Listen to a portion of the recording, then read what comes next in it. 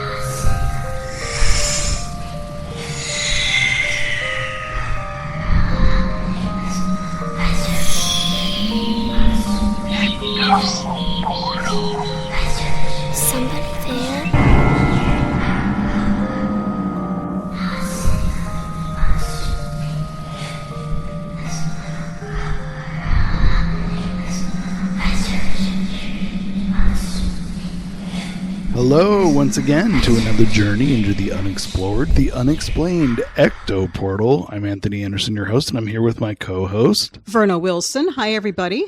And this week we have another haunted episode, do we not, Verna?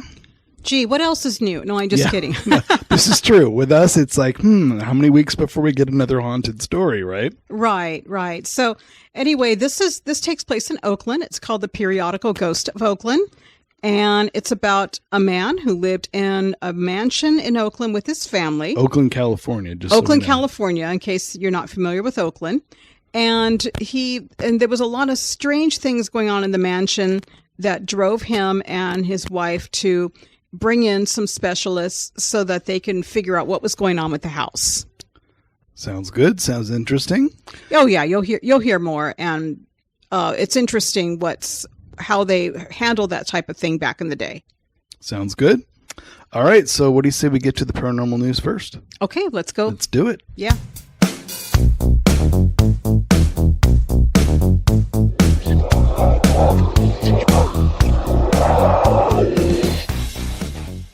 And welcome back to another edition of the paranormal news. What do you got for us this week, Verna?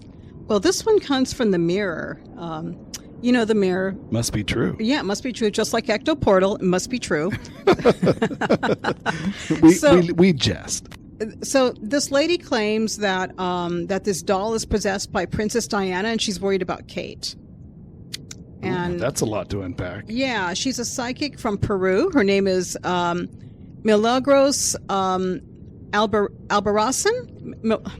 Okay, if I'm butchering her name, excuse me. Milagros Albarracin. She's from Peru. She says she spoke to a Princess Diana figurine after her family asked her to observe the doll after noticing paranormal activity in their home. So She claimed that the doll is possessed with the spirit of Princess Diana after a worried client desperately begged her to examine it after witnessing paranormal events. And she agreed to observe the figure of Lady Di after the customer confided in her and said that she noticed that the doll had moved around in her display cage, and the woman said that the model would change positions when she wasn't looking, and explained that it was only the doll who displayed any behavior. So she described that while the doll looked ordinary at first, it soon reacted with the same suspicious movements as her client had recalled. Mm-hmm. She also went to further claim that the doll was laying flat on her table 1 minute, then was sound in the next minute in a sitting position. So she also claimed to observe the princess doll without its crown on at times. As a result, she believes that the model is possessed by the spirit of Princess Diana, who of course died in a crash in Paris in 1977. And in a recent video on her YouTube channel, Milagros is seen as communicating with the doll after apparently hooking it up to a transistor radio. Through the radio fuzz, she believes she can hear Diana answering questions in English. So, don't give me that look. I'm just patiently waiting until you're done, then I'll start my questions. Oh, I saw that look. I did not. No, you can't prove that. Oh, yes, you did. You can't prove that to anybody. So the footage was captioned, "A family desperate due to the paranormal events in their house decided to deliver a doll, a Princess Diana, to the medium." And in the clip, she asked the doll how she felt, and the Diana doll answered sad. And then she questioned her, and she asked who she was, and the word Diana was apparently audible through the radio noise. I would have liked to have heard that. Well, it's on YouTube, right? Didn't she say? Yeah, there's a video on there. Yeah. Oh, you should find it. Yeah. She said, "Are you worried?" And the doll says yes, and she's clarifying with the word son. And the psychic asks, "Why are you worried?" And she claims she hears the response, "Kate." I know why I'd be worried, and it is about that. So the doll allegedly confirms a yes, and then she said that the figure answered Kate because she thinks that Diana's spirit is worried about her grandchildren. So, however, it's possible that the Peruvian psychic is unaware of Kate Middleton's recent health issues. And she says she posted the video on her social media pages for her 100,000 followers.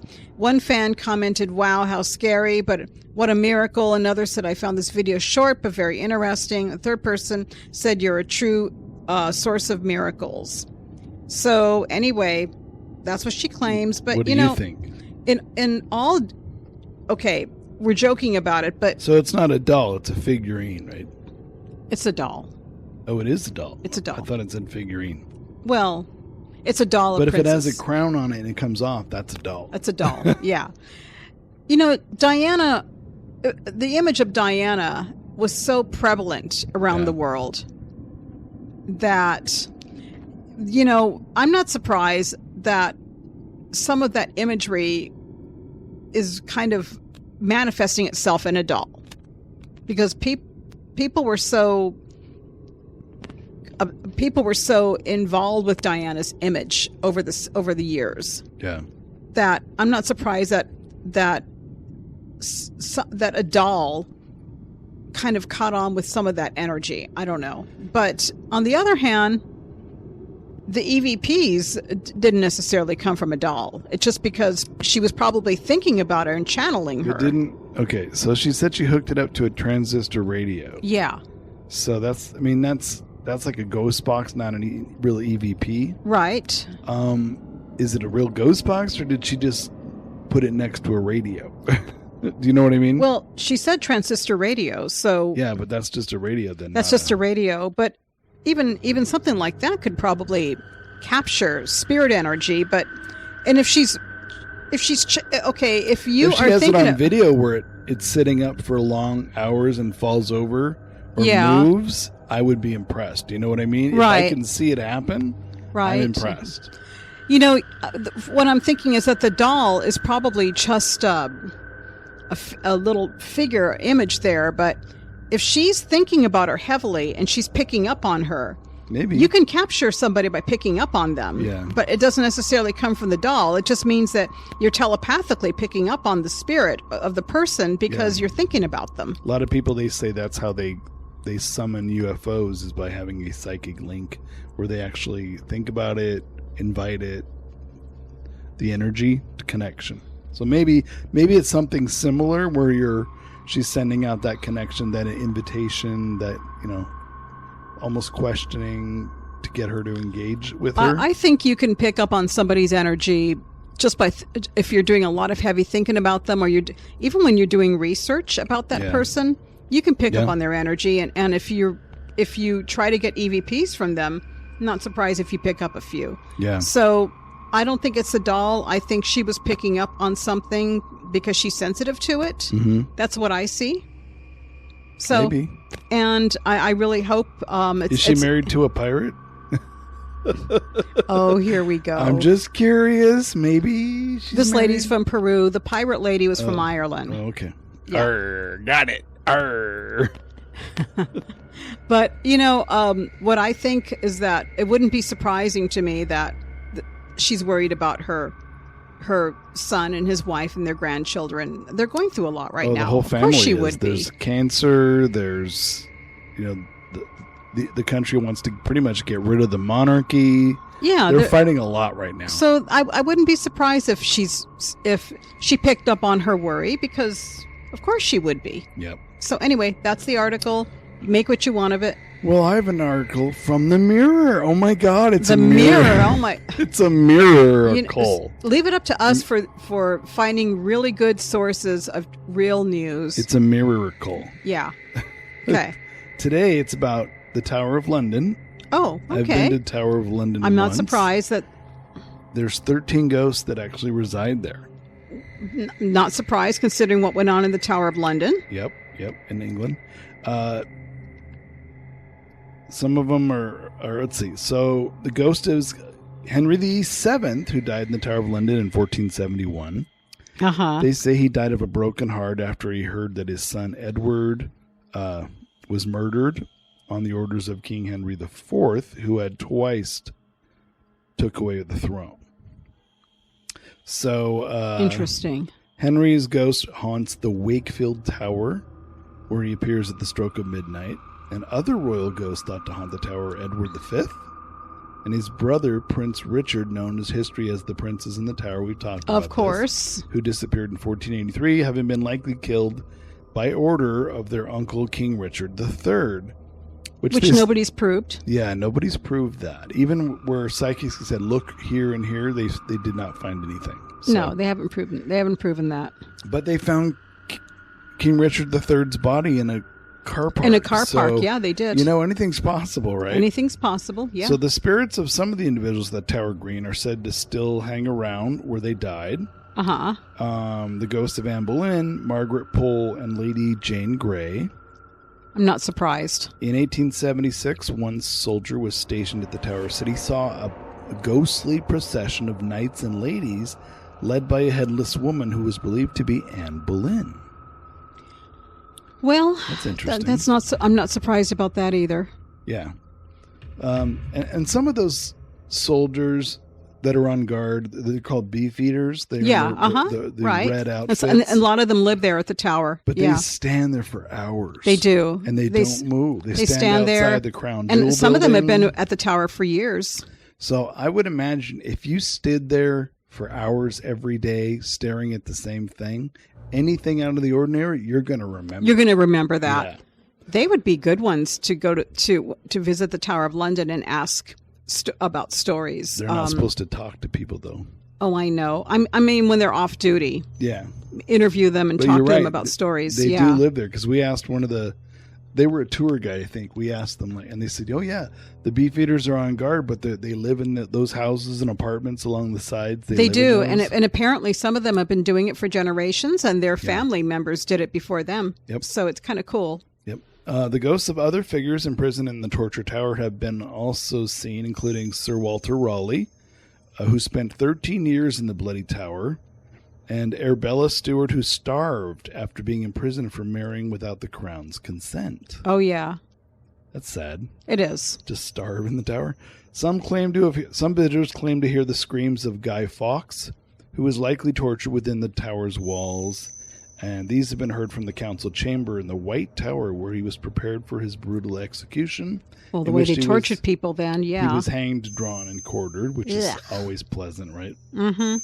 And it's not just humans who are said to haunt the tower grounds. A ghostly bear, having been reported by yeomen. Considering all the animals they used to have there. Well, they had that zoo right out front. Yeah. Who telling a chilling tale of apparition, frightening visitors to death. So there's the ghost of a bear. That's interesting. Another scary figure is the nameless thing or a violent entity that haunts the tower's guards. Guards have claimed they've felt a terrible crushing sensation in the room where King Henry VIII's suit of armor is located. I remember seeing that. We saw that, yeah. So it's funny, as I was trying to pick up on stuff in there, and I didn't really pick up on anything. But a lot of tourists go through there every day. You mean when you were at the tower? Yeah. But do you remember when also the Tudor exhibit came here? We saw Henry's armor. Yeah. Boy, he was a tall guy. Yep. So while one guard patrolling the grounds reportedly felt the sensation of having a cloak thrown over him, which was then pulled tightly around the neck in an attempt to strangle him. That's scary. Yeah, that is scary. So, there you go. There's some ghosts that haunt the Tower of London, which I'll probably go back next year when I do go. Sure. So we'll... yeah. I always try to find places to do EVP, but there's so many tourists everywhere. Well, what about other people who work there? Are there other people who work there who who are not necessarily not allowed to talk to people, who can tell you some stories you might have heard, like some tour guides or people who work in the gift shops? Yeah, the tour guide and volunteers. Next time I'm there, I'm going to ask them if they've had any experiences or they know anybody who has. I can't imagine working there for a long time and not seeing something, but maybe they haven't, Well, Depends who you are. It's so old. I don't see how you couldn't. I don't either, but, But people, if you worked there for 2 months, you don't have any. But if you worked there for years, you might. Oh, yeah. So, So there you go. 13 ghosts. It's interesting that it's 13 ghosts. 13, yeah. Well, 13, 13 that they've counted. Yeah, that's true. There could be more. You don't know. For sure. So next time you're in the Tower of London, keep an eye out. Yeah. And if you have any stories, we'd like to hear them. Yep, exactly. Okay, folks, that's the paranormal news, and let's go.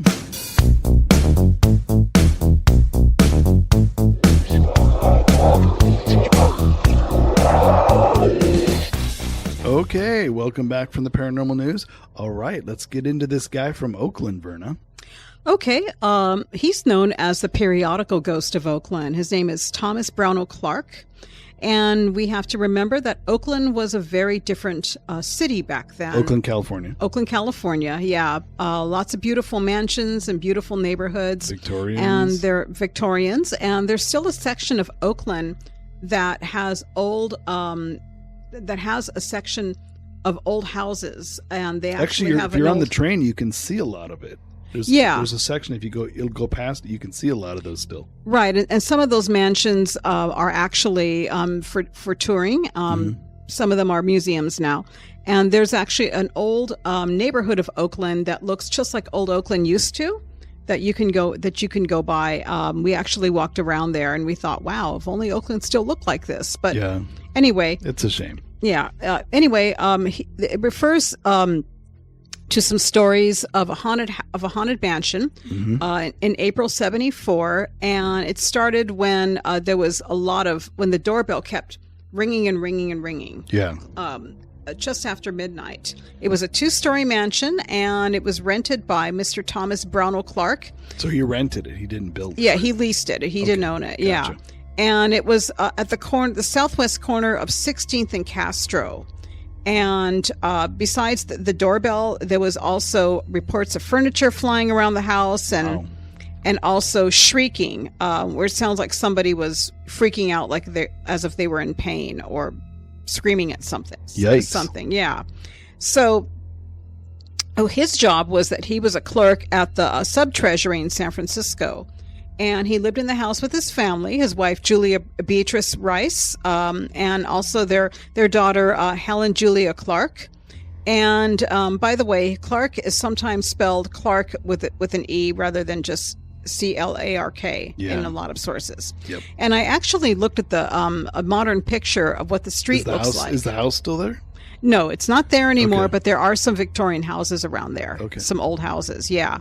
So anyway, the house on Castro Street, which there was a lot of reports about it, and it was, and on April 26th, there was reports that during the past 3 days, it was visited by a Reverend Dr. Els, who was the pastor of First Presbyterian, Major Vernon, which I don't know why he had him over, but apparently...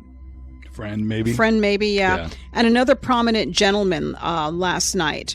And apparently, from other sources, this gentleman was actually what they called a ghost specialist. They actually had paranormal specialists back then, but they called them ghost specialists. Kind of reminds me of remember the Price guy from England, who was part of the psychological society. Yeah, the psychological. Yeah.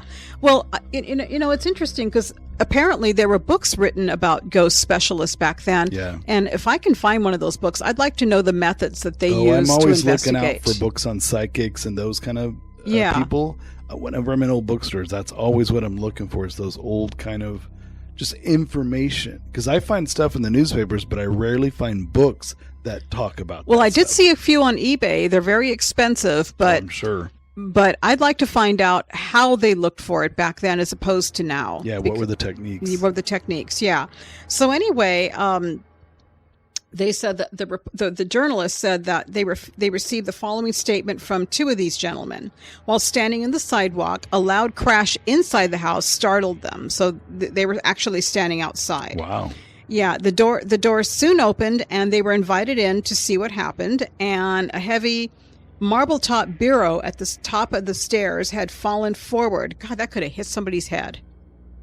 And deeply indented the balusters. A marble bureau has got to be heavy. That's scary. How could you move that? I don't know. And I mean, falling. I mean, that could have fallen on somebody's head, or fallen on. It could have killed someone for sure. Yeah, but apparently it deeply indented the balusters without showing, and it didn't mark it or scratch it, and it didn't break the mirrors either. How bizarre! I know. And they said that 10 minutes later, a heavy chair came whizzing downstairs, breaking a leg in the fall. Just to clarify, so this bureau went fallen forward from the top of the stairs. Off the landing down onto the... Right. It didn't go down the stairs, but it went off the landing, right? Well, the way they described it, it fallen forward and deeply indented the balusters. So the banisters. Okay. The balusters, yeah. Without showing a scratch, without showing any scratch or dents, and without breaking the mirrors. So apparently there were some mirrors close by. So it fell forward down the stairs.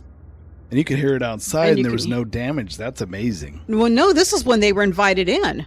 I don't know if I'd go in. They heard something outside, and they went in to see, and oh, wait a minute. The doors. You said they were outside. They were outside. They heard the crash, and then the doors soon afterwards opened. But I don't think anybody opened it for them. They were invited in to see. Oh no! Somebody opened the door. Okay. Yeah, they're just like letting them in. What's going to happen? And I'm trying to look at their report and say it accurately. So anyway, half an hour later. Then 10 minutes later, a heavy chair came whizzing downstairs, breaking a leg in the fall. So somebody threw a chair down. So whatever spirit was a very angry one because it's throwing furniture around. That's the equivalent of get out. That's the equivalent of getting out. Yeah, I mean a heavy chair could hurt somebody too. Something dark is. So over I just house hope that they sure. were on their. I just hope they were watching themselves. Making sure something wasn't coming down on them. I would be. I would be too. Don't stand under a chandelier. So they said half an hour later, a light paper box whirled down. And then they said at midnight, they saw a heavy trunk fall with a startling crash, rebounding from the wall to the baluster, deeply indenting both and striking the floor with such force as to break its iron straps and wrench its top from the hinges. Somebody's pissed. This man lived there with his family. They had a little girl. Weren't they worried for the kid? Or the wife? Well, if this is the start of it, I don't know if this is the start of all this activity. But well, that's why they were there. So, because he wanted to know. So stuff has happened before this. They just brought him there, right? Yeah, but I mean, if I lived there with my family and all that shit was falling down, I'd be worried for them. I'd be like, look, we rent this place. Let's go. Yeah. We don't own it. We don't have to sell it. Let's go. So anyway, on examination, the visitors saw that the passage to the door from the trunk's usual place, where it was very narrow and crooked, and that no one or two men could have carried it along that passage without sufficient jostling or noise to be audible to the people who lived there. That's some strong ghosts. Right. And it had not been slid, but hurled down. So they said no man in the house could have accomplished that. Wow. So whoever was there was strong enough to hurl the darn thing down. Dang. Yeah. And then they said later they heard a shriek, which sounded like mingled pain and rage. And apparently it was in the hall below, and other demonstrations that occurred during the remainder of the night. Apparently they were there all night. One of the gentlemen closes his statement as follows: "What I've heard and seen tonight is either the work of devilish spirits or of equally devilish man. I am not prepared to say that none but spirits would have wrought out what I saw and heard. On the contrary, all could be explained by the use of human ingenuity, refined and combined, but with an explanation would be extremely improbable." Well, that doesn't make sense. That doesn't make sense either. If they're witnessing human ingenuity, it's like, well, come on. If you're witnessing it and the stuff is throwing, and you don't ever find a guy who did it. I know. He's Then how can trying to it- dispel the spirit activity. I think he's just laying out it's either a man or it's a ghost. I think that's what he's trying to tell people. Right. And apparently his man explanation doesn't fly. I could see why, based on what he's saying. So anyway, the news of what happened quickly spread. Theories were put forth and no explanation was found. And one idea was that the men knew a number of passengers on the Arizona bound for Panama, and the event signaled some calamity that befell the steamer. But it did arrive in Panama earlier in the month, and other newspapers were a little bit. They were trying to figure out what the explanation was for it. Apparently, I this would. got in the paper. I'm not surprised. And it's really interesting about the papers from back then, and you know this because you've done research. yeah. They bothered to talk about these things in the papers. I don't see that in the papers anymore. No, in fact, the papers won't even print it unless it happens to be Halloween. Then they do it for fun. I think it's very cool that the papers back then bothered to talk about it, because it shows that, I don't know if they did it for sensationalism, but it also shows that people were interested, they believed it to an extent, and they wanted to talk about it back then. Now, but back then I noticed there's two types, though. I've also found stories of paranormal where, like ghost images and windows and things that they'll do the article, but there's a little bit of tongue-in-cheek in it. So they know the readers are going to be interested, and they think, well, we don't know if this is true or not. And then for the next 3-4 days, they do follow-ups to tell you what happened. But there was a lot more of this. So this happened on this street at this location in your local paper. Here's what ensued. Some of them are a little tongue-in-cheek, though. They're like, yeah, this may or may not have happened, but it's interesting. But now they don't even do that. That's true. And and it's really interesting also because I think people back then, there was nothing to distract them. No phones, no TV. Yeah, that's a big difference, too. Yeah, no phones, no TV, no internet. Just your books, kids. So they were actually, in my opinion, more sensitive to these things. They were more sensitive, and they were aware that something was out of the ordinary. Yeah. Because they didn't have the distractions like that. There weren't amusement parks. Well, there were, but they weren't like they are today. And Right. They weren't like you said, television. And at that point, there Yeah, weren't really that many movie theaters. So I stuff going think on. people use their minds. People they read a lot. They use their minds a lot. They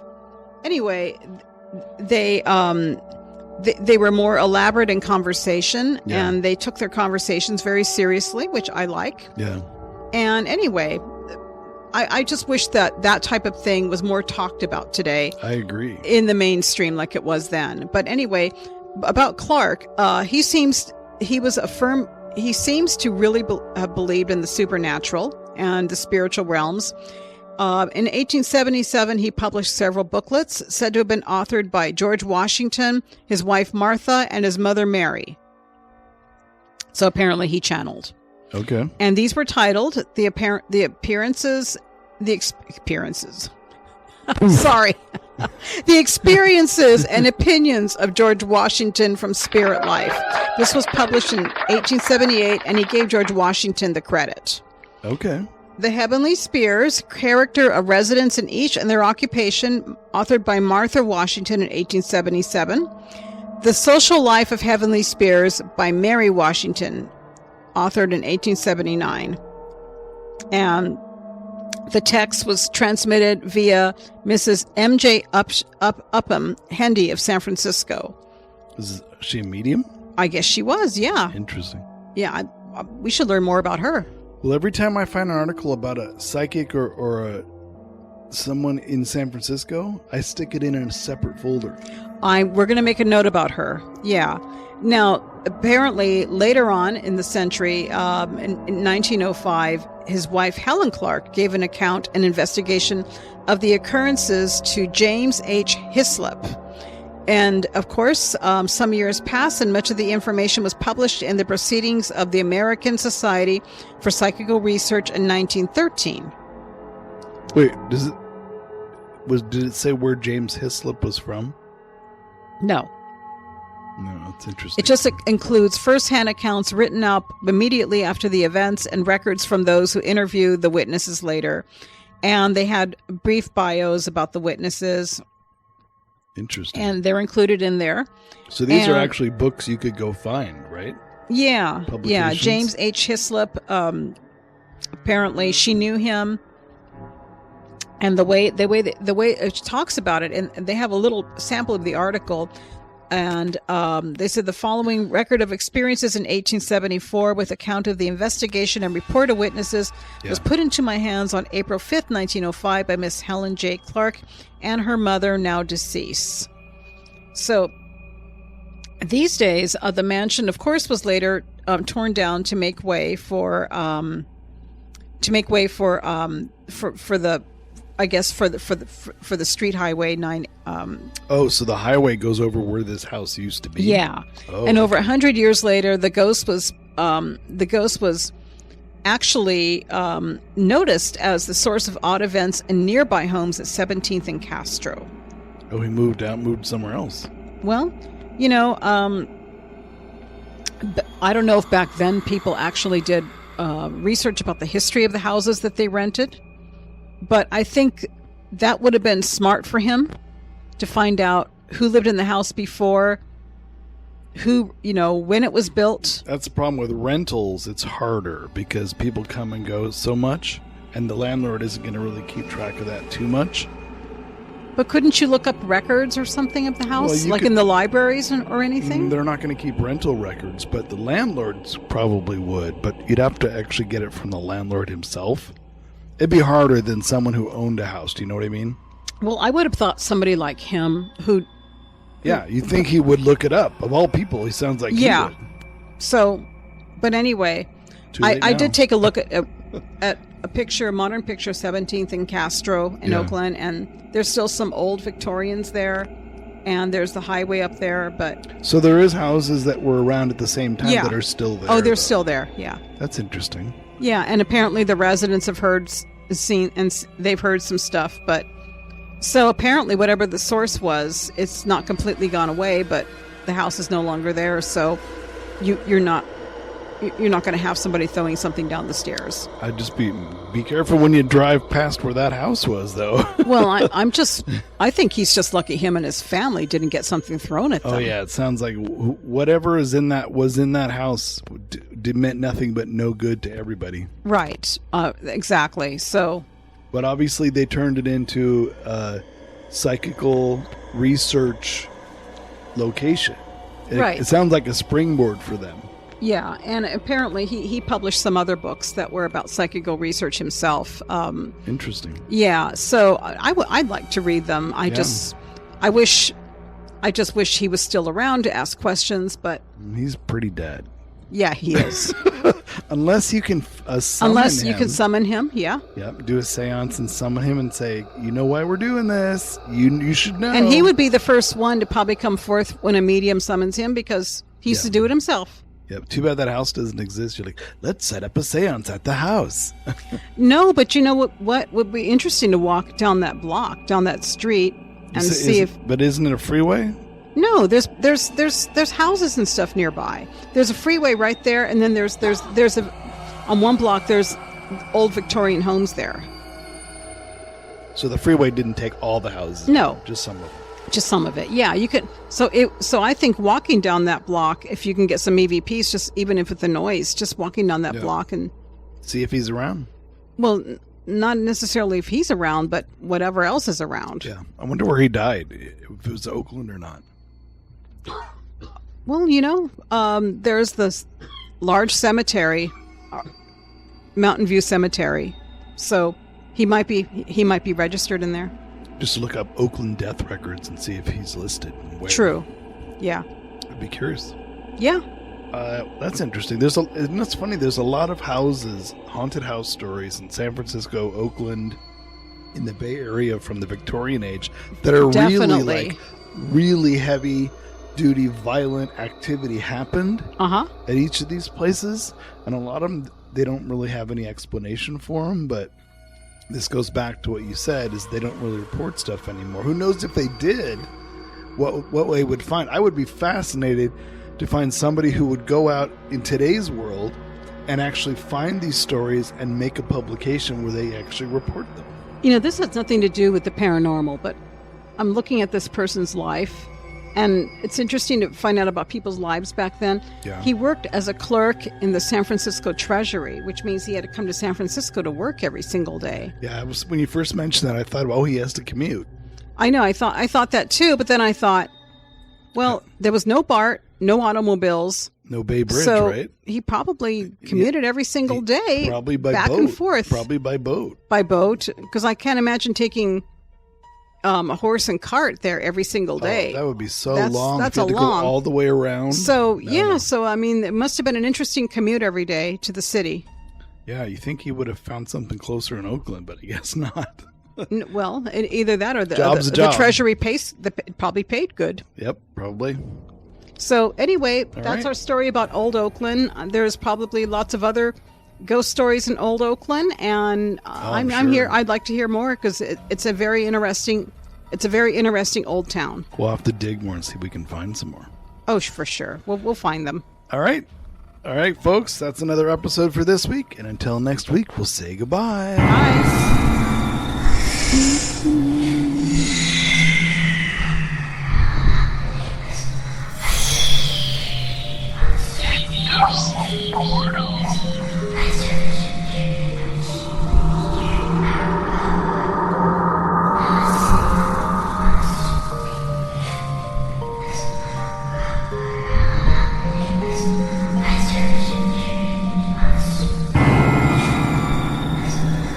Royalty-free, copyright-free music by Kevin MacLeod and Ross Bugden. Be sure to visit us at www.ectoportal.com. Check out our archives on YouTube and head on over for new episodes to ectoportal.podbean.com.